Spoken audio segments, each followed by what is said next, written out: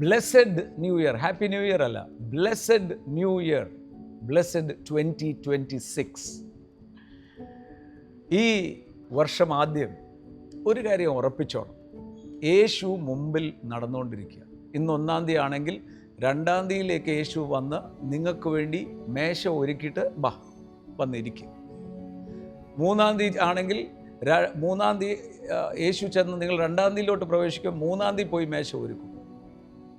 നിന്റെ ശത്രുവിൻ്റെ മുമ്പിൽ മേശ ഒരുക്കുന്ന ദൈവം ഒരുക്കപ്പെട്ട കാര്യങ്ങളിലേക്ക് പ്രവേശിപ്പിക്കുന്ന ഒരു വർഷമാണ് 2026.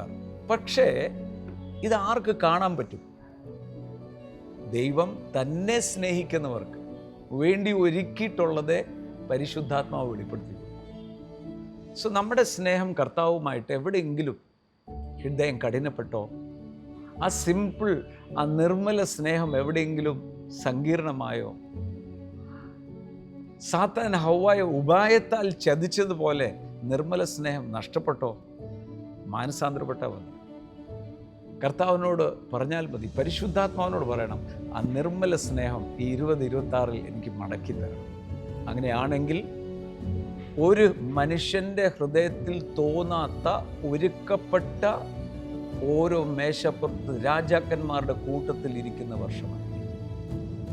When you are divinely connected, believe me, everything will be overflowed.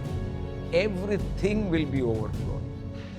And you will have no lack, and nothing will be impossible for you when you are divinely connected. So God bless you and have a blessed 2026. Amen.